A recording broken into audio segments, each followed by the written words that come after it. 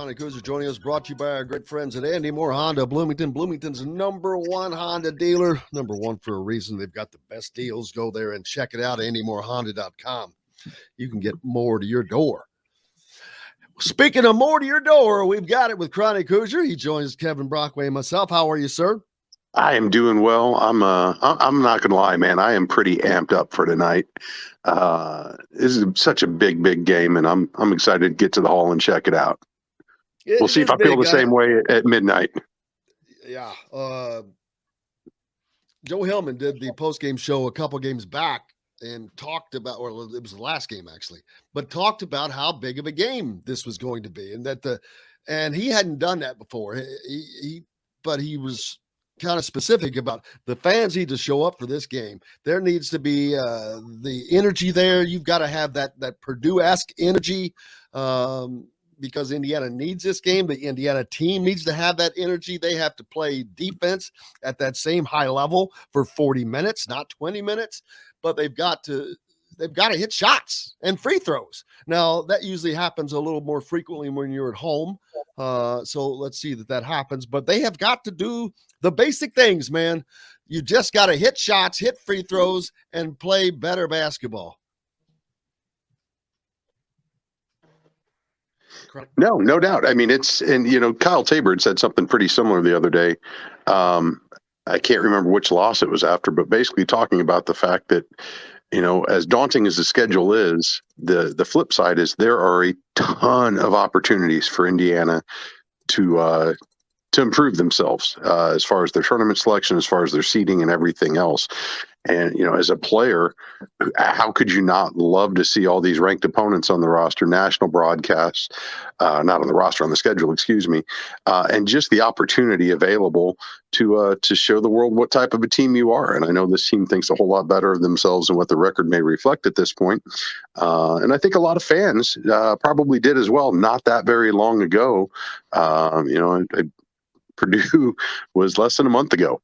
And I think most Indiana fans were riding pretty high after that.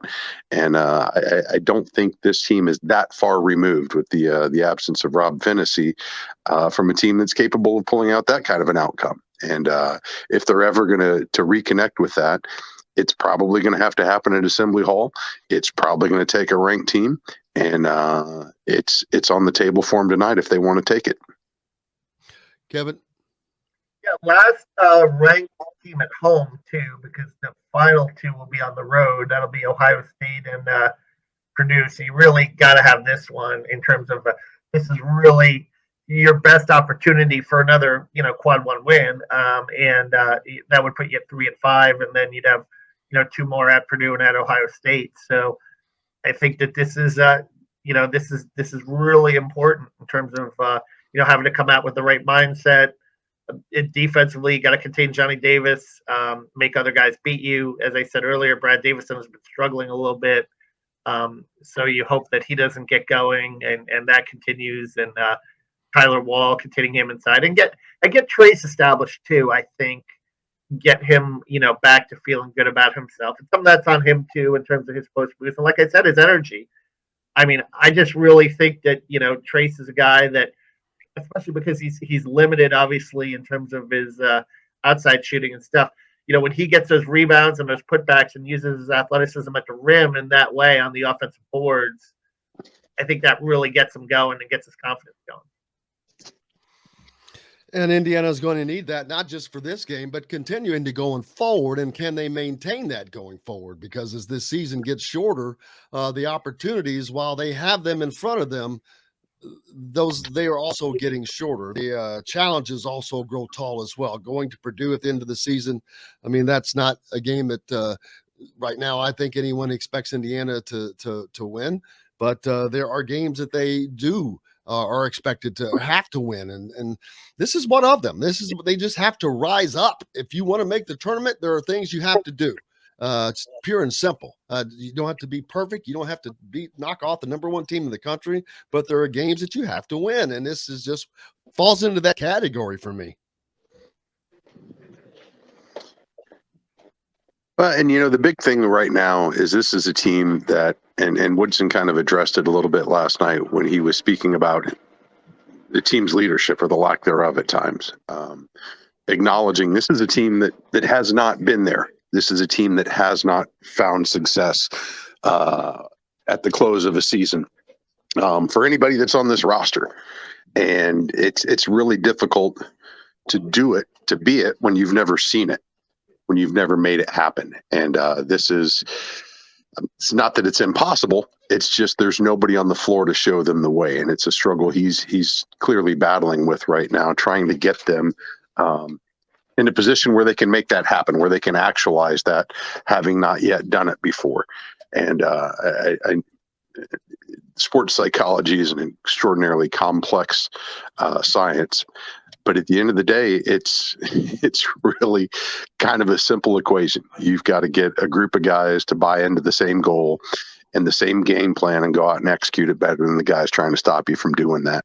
And, one of the nice things about tonight's matchup, as brutal as the Wisconsin loss was in Madison, it's easy to lose sight of the fact that this team played some really, really beautiful basketball for 20 plus minutes of that game, and put themselves in a position to win, only to give it away by surrendering a 20-3 run to close the game out. That team that throttled them to start is still playing basketball together right now in Bloomington, and if they can find a way to reconnect with that, just a tremendous opportunity to get some confidence back, to wash away the bad taste of 3 consecutive losses, and maybe simmer down on some of that tournament bubble talk here that's clearly taken over the IU universe at this point. And they would not have really been that far out of the Michigan State game. Michigan State, let's don't forget, while it's shooting a lot of free throws, more importantly, they hit a lot of free throws. It was just a crazy to watch them at one point. I think they were 23 of 25 or something out. Unbelievable.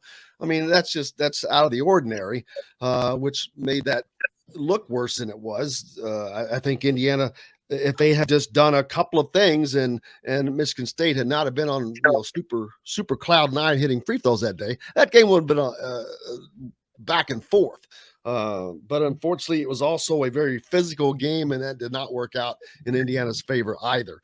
They're going to have to be able to control themselves and stay out of foul trouble, because that's something we've seen happen a lot, especially with the guards. Xavier Johnson, we've seen it throughout the year, not just him, but if Lander was in there, I've seen him play a few minutes and almost foul out. The guards have got to play better defense without fouling.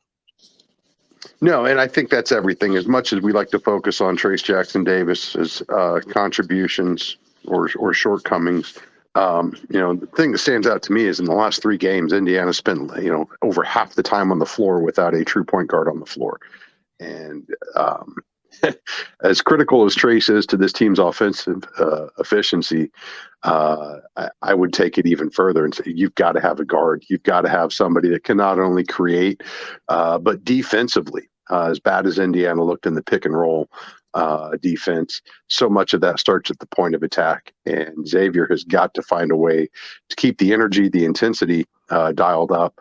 But the focus, the sharpness of that effort has to be commensurate with the effort, because otherwise you find him in early foul trouble, effectively neutralizing whatever contributions he may have available when he's not on the floor with you. And with Rob Finney's continued absence right now, Indiana just doesn't have a whole lot of other answers. So as much as I'd love to see Trace reestablish himself tonight, I'm looking at X, and I'm looking at the non-post players on this team. They're going to have to be sharp, and they're going to have to show up, and they're going to have to do it on both ends of the floor if Indiana's going to have a chance to win this one.